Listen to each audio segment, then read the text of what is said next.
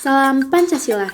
Perkenalkan, nama saya Ringgit Pribumi. Di sini saya sebagai perwakilan dari kelompok 4 dalam rangka memenuhi tugas ujian akhir semester Pendidikan Pancasila. Saya akan menyampaikan hasil rangkuman dari esai kelompok kami yang berjudul Pengaruh Pembelajaran Daring pada Psikologi dan Mutu Pendidikan Siswa Sekolah Dasar. Seperti yang telah kita ketahui, Indonesia menjadi salah satu negara yang terjangkit pandemi virus COVID-19 pada tahun 2020. Hal ini tentu saja berdampak besar pada berbagai aspek kehidupan rakyat Indonesia, terutama pendidikan. Dalam rangka pencegahan penularan virus COVID-19, pemerintah Indonesia melarang peserta didik dan tenaga pendidik untuk melakukan pembelajaran secara tatap muka bagi penduduk yang berada di zona merah dan kuning, sehingga menutup ratusan ribu sekolah yang menyebabkan sekitar 68 juta siswa dan 4 juta pendidik untuk melakukan pembelajaran secara daring. Sumber Kementerian Pendidikan dan Kebudayaan. Walaupun kebijakan ini berhasil memitigasi resiko penyebaran COVID-19 secara signifikan, pembelajaran yang dilakukan secara daring ini mempunyai tantangan tersendiri bagi para pelaku pendidikan. Peralihan ke proses pembelajaran dari rumah yang belum pernah terjadi sebelumnya berdampak luar biasa terhadap siswa, orang tua, dan guru di seluruh negeri. Lingkungan belajar yang berbeda dengan metode pembelajaran konvensional berdampak terhadap efektivitas pembelajaran siswa, terutama di tingkat sekolah dasar, di mana siswa dituntut untuk beradaptasi dan belajar mandiri untuk dapat menuntaskan kurikulum yang ditetapkan oleh sekolah.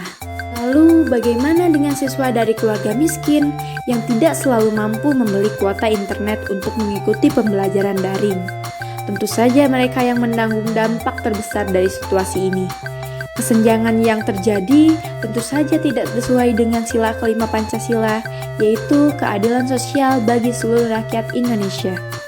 Selain itu, berdasarkan dari sebuah survei yang dilakukan pada bulan Mei hingga Juni 2020, 19,3% dari seluruh anak Indonesia mengalami kecanduan internet dan media sosial. Mereka yang mengalami kecanduan internet sehingga mengalami penurunan kualitas belajar selama pembelajaran daring.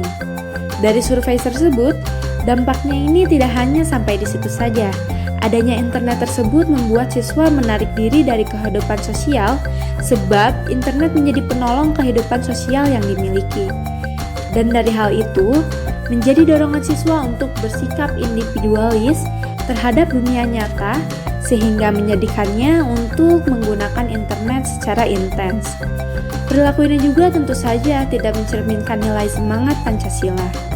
Maka dari itu, untuk mencegah hal yang dialami tersebut, kita perlu melakukan aktivitas kampanye terkait masalah faktual yang terjadi dalam ranah pendidikan. Kampanye ini dilakukan melalui penyampaian masalah faktual yang terjadi dalam ranah pendidikan tingkat dasar, berupa penurunan efektivitas pembelajaran daring selama periode COVID-19, dan menyampaikan solusi dari permasalahan tersebut dengan mengusulkan kebijakan berupa pembelajaran berbasis aplikasi yang menggunakan media hiburan. Dengan menyampaikan data-data pendukung berupa hasil studi tentang efektivitas media hiburan sebagai metode pembelajaran terhadap siswa sekolah dasar. Tindakan ini dapat dilakukan untuk mempengaruhi pembuatan kebijakan pendidikan yang bekerja di sektor pendidikan. Demikian yang dapat kami sampaikan. Mohon maaf bila ada kekurangan dan kesalahan.